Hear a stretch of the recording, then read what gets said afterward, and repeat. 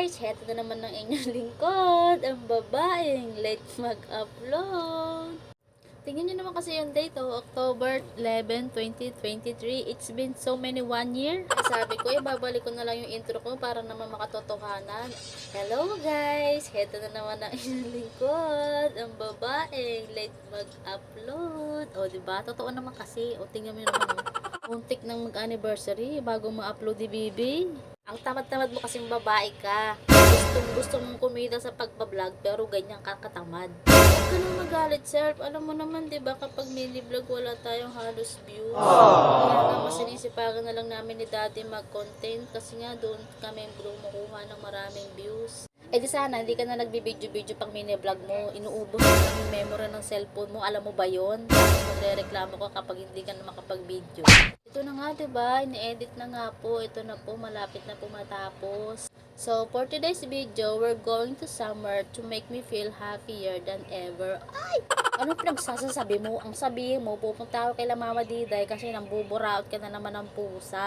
Grabe ka naman sa akin, self. Kukuhain natin yun para alagaan, para maging masaya si Bobby tsaka si Kuya Kenken. Eh di go, kuhain mo na. So, we're here na guys. Ito na pala ang bahay nila Mama Diday. So nice, so good. Ang ganda, bagong pintura. Tapos yung bintana nila, naka-slideshow na. At pagpasok nga namin, meron na agad pagkain na nakahain. Baka naman pumunta talaga kayo dyan para makikain na. Parang ang ganda mo naman nila lang para pakainin ka dyan. Grabe ka naman, self. Mabait talaga si Mama Diday noon pa. Love na love talaga kami niyan. Binigyan na nga pala sa amin yung pusa pero hindi ko na naipakita. Ay hatid na rin pala nila kami sa sakayan kasama ni Mama Diday pati na rin yung kanyang manugang. Siya nga pala si Ate Grace. Shoutout sa Ate Grace. Maraming salamat po sa pagbigay ng pusa. Makakaasa po kayong aalagaan po namin siya at hindi pa mabayaan. Eme!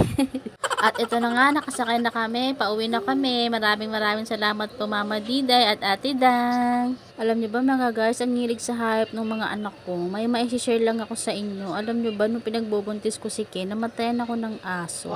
Tapos nung pinagbuntis ko naman si Bobby Kayla, namatayan naman ako ng pusa. Ewan ko kung bakit gano'n yung nangyayari o nagkataon lang. Grabe, sobrang nakakahingal ang taas yung nilakad namin paakyat. At ayun nga si Kuya Kenken nagpahinga ng konti kasi napapagod na raw siya.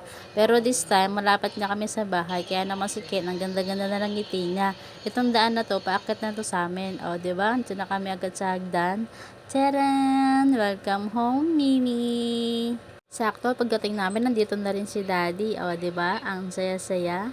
Tingnan niyo naman si Bobby kung gaano siya kasaya sa pusa. O, diba? Wow! O, siya, hanggang dito na lang. Maraming salamat po sa panonood. Sana may magandang mangyari sa inyo. Ito nga pala yung paupahan niya. Nag-down na siya at saka deposit ng 2 months. Bye-bye! At pagkatapos ng mahabang panahon, ito na pala si Mimi ngayon.